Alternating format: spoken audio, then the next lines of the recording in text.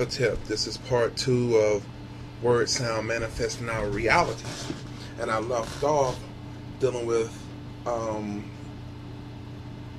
the science behind the word stupid in relation or in the situation to someone who is referring to someone, especially a child, as stupid. Now, being that the intent behind the person who's doing the labeling or pointing the finger, they've been taught that stupid means one thing, as I've related to you before. Someone who is unintelligent, someone who does not have sound judgment, someone who can't think clearly. However, I've read to you in the first video, the first post, that dealing with the etymology and the origin of the word, it had nothing to do with being unintelligent. It's pretty much someone who got caught in amazement, someone who got stunned. So if there's a boxing or a mixed martial arts match and one fighter catches the other fighter with a great punch and stuns him, that's stupid. Not what we've been convinced or told what stupid is. However, to that individual who has accepted that stupid means unintelligent, and the other references that I gave forth, and being that that child may have also been told or programmed into thinking that that's what it means. If that child or individual lacks the proper mental strength to override that particular thing or that particular word or labeling when it comes to mind or when it's presented to them, they will actually begin to bring forth thoughts, feelings, and actions that would manifest that person to be considered so-called stupid in that sense. And it will also show the individual who gave the labeling that what they were saying was true. So in actuality, that other individual who gave the label in this sense is the one that manifested the reality of that individual becoming or being labeled as what? Stupid. So not only are we dealing with sound vibrations, word science here, and mental intent, we're also dealing with a form of involuntary mind control or involuntary mind suggestion or induction, even though the person who's saying it may not realize it. Now, in the sense of a speaker, someone in politics, when they're using induction in their speeches to get the masses of people to go along with what they're saying, that's the science they're using. This is why specifically they have people who write their speeches. They don't write them. They have experts who teach them, who not only write the speech for them, however, they teach them how to say certain words, how to increase their vibratory tone when saying certain words versus others, because this is meant to bring forth a desired mental manifestation in the minds of the individuals who are paying attention and listening to the speech, if they're not conscious of what's going on.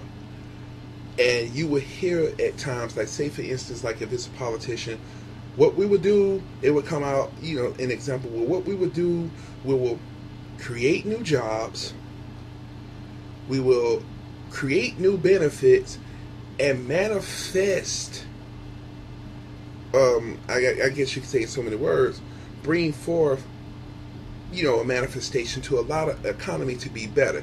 Then that person stops. And what that does, that lets it marinate in the mind of the individual. So this is just a short, I guess you could say, synopsis of what mental induction does.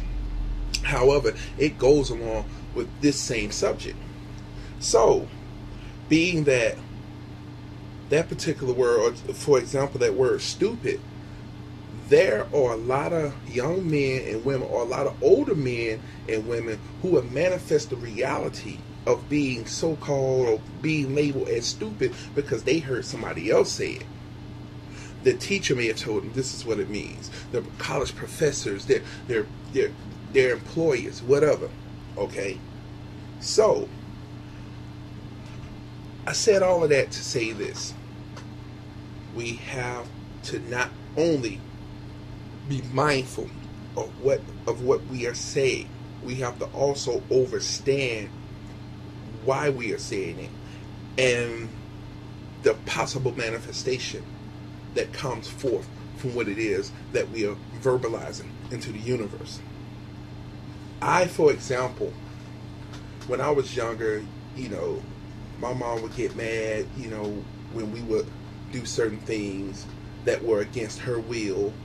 And one of the first things that she would yell unconsciously, not realizing what she was really doing, she would haul off and call us stupid or ignorant or call us fools. However, my sister and I, and my brother, of course, in our minds, and this is what we had to do. Now, I haven't necessarily heard them say this. However, whenever that was uttered in our minds, we were saying, no, I'm not stupid. Or in so many words, you're saying that you're the opposite of what stupid is supposed to mean. Apparently, I did. How else would I be able to point this stuff out if I didn't? Also, a lot of individuals have done that. A lot of individuals may have been called, fools, bitches, whores, sluts, different things like that. And in their mind, they would convince themselves that that is what they are not. Okay? And there's a certain way that you do it. However, if a person is exhibiting the actions of a whore, then that's what you manifest. Of course, there will be another post dealing with, accepting who we really, or accepting things as they really are. Okay? Now, when we get into manifesting our reality, the first thing that we have to learn, number one, is to understand the sciences and back of the words that we are using. Once again, such as stupid, want, need, have. Okay, I will go into these words briefly. Let's start with the word want. Okay. Now, when you reference want, one of the meanings or references says have a desire to process or do something, wish for. Pay attention to wish for, because I'll cover that later. Wish to consult or speak to. To desire sexually. What are some other ones here? Another reference is lack or be short of something desirable or essential. I will say it again. Lack or be short of something desirable or essential. Okay? A lack or deficiency of something. The state of being poor and in need of essentials, poverty. A desire for something. Okay. Origin, Middle English. The noun from Old Norse, vant, which is V-A-N-T. Neteru or vaner, lacking. The verb from Old Norse vanta, be lacking. The original notion of lack was early extended to need, and from this developed the sense of desire. Now, if you pay attention to what was just said, it basically in so many words told you that want means that you lack. So in essence, it's saying that if we are saying that we wish or want something, in so many words, we're saying that we don't have it. So the way the universe works,